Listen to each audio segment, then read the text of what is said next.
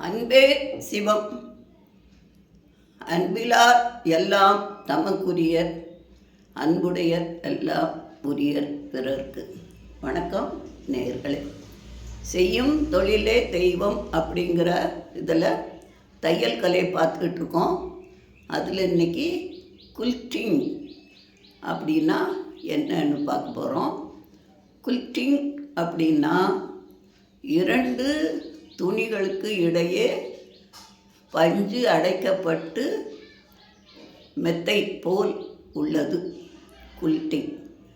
ரெண்டு துணிகளுக்கு இடையே திணிக்கப்பட்ட பை போன்ற அமைப்பு, மெத்தை போன்ற அமைப்பு தான் குல்ட்டிங்னு பேர். இது ஃபஸ்ட்டு 17ஆம் 18ஆம் நூற்றாண்டில் இங்கிலாந்தில் மக்கள் ஃபஸ்ட்டு கண்டுபிடிச்சாங்களாம் இந்த மெத்தடை.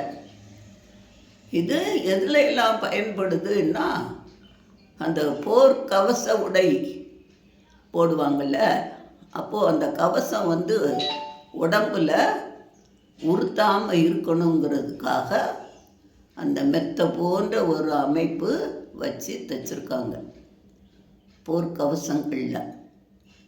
அடுத்து இந்த மழை கோட்டுன்னு சொல்லுவோம்.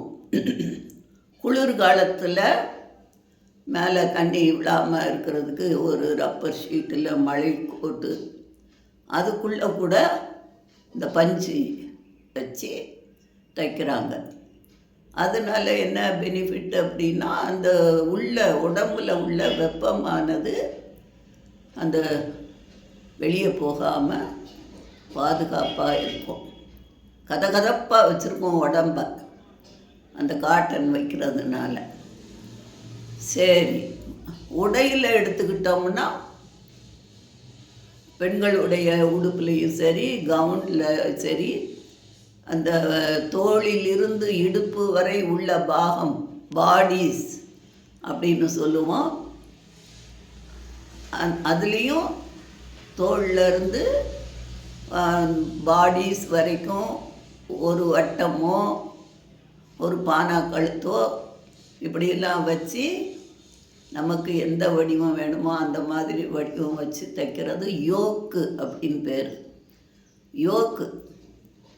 அப்போ அந்த யோக்கு பகுதியிலெல்லாம் அந்த பஞ்சுன்னு சொல்கிறத விட ஸ்பாஞ்சு அது வைக்கிறாங்க.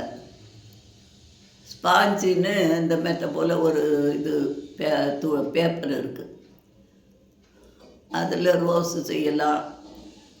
அந்த ஸ்பாஞ்சை அந்த பாடிஸுக்கு பின்னாடி உள் பக்கம் அதுக்கடுத்து லைனிங் இப்படி வச்சா அது மெத்துன்னு இருக்கும்.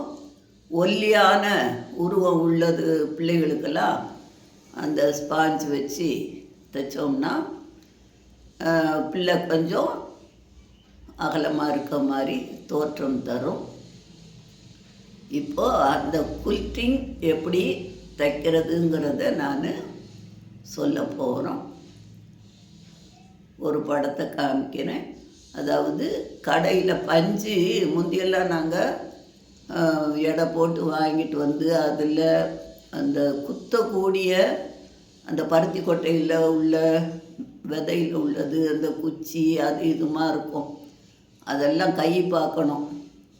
இப்போ அப்படியெல்லாம் இல்லாமல் கடையிலேயே ரெடிமேடாக படிமானம் செய்யப்பட்டு பஞ்சு விற்கிறாங்க. அது ஹாஸ்பிட்டலுக்கெல்லாம் இந்த பேண்டேஜு இதெல்லாம் போடுவாங்கள்ல, அதுக்கெல்லாம் அந்த பஞ்சு, அதே பஞ்சு தான் இப்போது வாங்கியிருக்கோம்.